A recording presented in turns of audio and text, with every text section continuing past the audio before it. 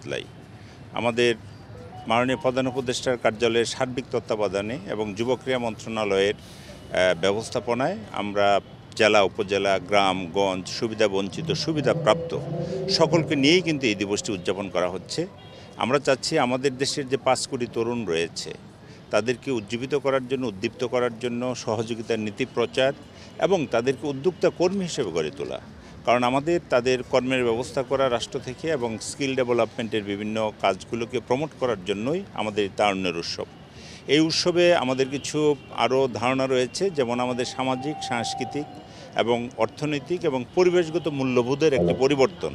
কারণ আমরা যেগুলো ভালো প্র্যাকটিস রয়েছে সেগুলোকে অনুসরণ করব, আমাদের যুবদেরকে সেগুলোকে শিখাবো এবং আমরা চাই যে তাদের মাধ্যমে আমাদের এই দেশটি নতুন বাংলাদেশ হিসেবে গড়ে উঠবে।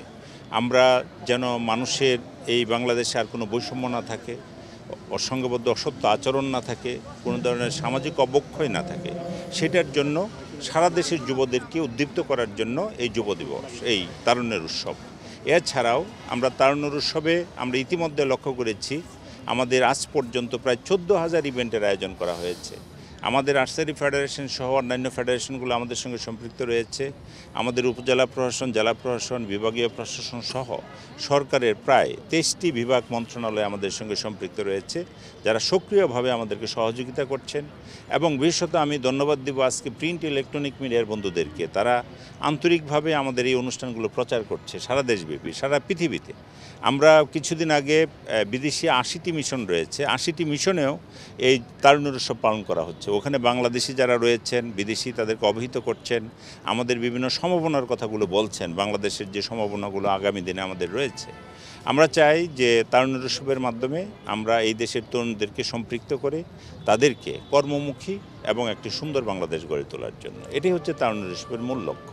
আমাদের সুনির্দিষ্ট একটি পরিকল্পনা হচ্ছে তারুণ্যের উৎসবের মাধ্যমে আমরা আগেই বলেছি ট্যালেন্ট হান্ট করছি, প্রতিভা অন্বেষণ। এটা খেলাধুলা, লেখাপড়া সব ক্ষেত্রেই যাদেরকে আমরা একদম গ্রামগঞ্জ থেকে সুবিধাবঞ্চিত, সুবিধাপ্রাপ্ত যারা রয়েছেন তাদেরকে সিলেক্ট করে আমরা জাতীয়ভাবে তাদেরকে বিভিন্ন প্রশিক্ষণ, বিভিন্ন কর্মসূচিতে অন্তর্ভুক্ত করব। এই ক্ষেত্রে আমাদের সরকারের সুনির্দিষ্ট পরিকল্পনা রয়েছে। ইতিমধ্যে তাদেরকে বিভিন্ন স্টার্ট আপ এবং তাদেরকে উদ্যোক্তা কর্মী হিসেবে গড়ে তোলার জন্য আমরা একটা নীতিমালা প্রণয়ন করছি মাননীয় প্রধান উপদেষ্টার সক্রিয় নির্দেশনায়। এটা হয়ে গেলে আমরা যারা এই ট্যালেন্টগুলো আসবে তারা আমাদের বিভিন্ন সেক্টরে যাদের যে প্রতিভা রয়েছে সে অনুসারে তাদেরকে প্রশিক্ষণ এবং তাদেরকে সেই সহযোগিতা আমরা প্রদান করব। সেই ক্ষেত্রে পরিকল্পনা গ্রহণ করেছি আমরা। হ্যাঁ, তাদের জন্য বরাদ্দ আমরা করব এবং তাদের জন্য প্রশিক্ষণ দেশে এবং বিদেশে, এই ক্ষেত্রেও আমরা মাননীয় উপদেষ্টা মহোদয়ের নির্দেশনা রয়েছে। আমরা ইতিমধ্যে কিছু পরিকল্পনা নিয়েছি, তাদেরকে সহযোগিতা করার জন্য আমরা কাজ করব। আমি একটা জিনিস জানতে চাচ্ছিলাম, এবং এই ক্ষেত্রে একটা সুনির্দিষ্ট পরিকল্পনা, আজকে যেহেতু আমরা এসেছি সুনির্দিষ্ট একটা পরিকল্পনা, কারণ আর্চারির এই সেক্টরটা যেহেতু এশিয়ান এবং অলিম্পিয়া এবং অলিম্পিকে যেহেতু বেশ ভালো একটি আমাদের অবস্থান রয়েছে সারা বিশ্বেই, এই ক্ষেত্রে তাদেরকে প্রমোট করার জন্য আমরা একটা সুনির্দিষ্ট পরিকল্পনা নিচ্ছি। তারুণ্যের উৎসব সবাই অংশগ্রহণ করেছে, এক্ষেত্রে কারো কোনো আমরা কমতি দেখিনি। সকল ফেডারেশন এখানে 14টা করেনি এরকম একটা সুপারিশ চিঠি দেওয়া হয়েছিল জাতীয় ক্রীড়া পরিষদ থেকে। হ্যাঁ, না, সেগুলো আমরা তাদের রেসপন্স পেয়েছি, সকলেই রেসপন্স করেছে। তো সকলের অংশগ্রহণ এখানে আমরা দেখেছি, এই জন্য সকলকে আমরা ধন্যবাদ দিচ্ছি। জাতীয় ফুটবল মহিলা দল ইতিমধ্যে 21 পদক প্রাপ্ত হয়েছে।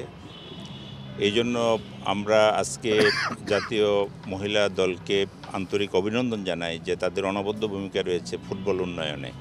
তো এইগুলো হচ্ছে যে বাফুফের কিছু প্রশাসনিক ব্যবস্থা, এটা আমরা আশা করি অচিরেই এটা সমাধান হয়ে যাবে। এই ক্ষেত্রে যেহেতু আমাদের বাফুফের প্রেসিডেন্ট বাইরে ছিলেন, দেশে এসেছেন, এটা একটি অ্যামিকেবল আলোচনার মাধ্যমে সেটেল করা হবে। গাফিলতির কারণে তো বর্তমান অন্তর্বর্তী সরকারও কিছুটা আসলে চাপে পড়েছে। এই বিষয়টা আসলে গাফিলতির জন্য আপনারা কোনো শাস্তি বা সংশ্লিষ্ট যারা দোষীদেরকে কোনো ব্যবস্থা নেবেন কিনা, এটা আলোচনার মাধ্যমে যাতে সুন্দর একটা সমাধান করা যায় সেই দিকে আমরা যাচ্ছি।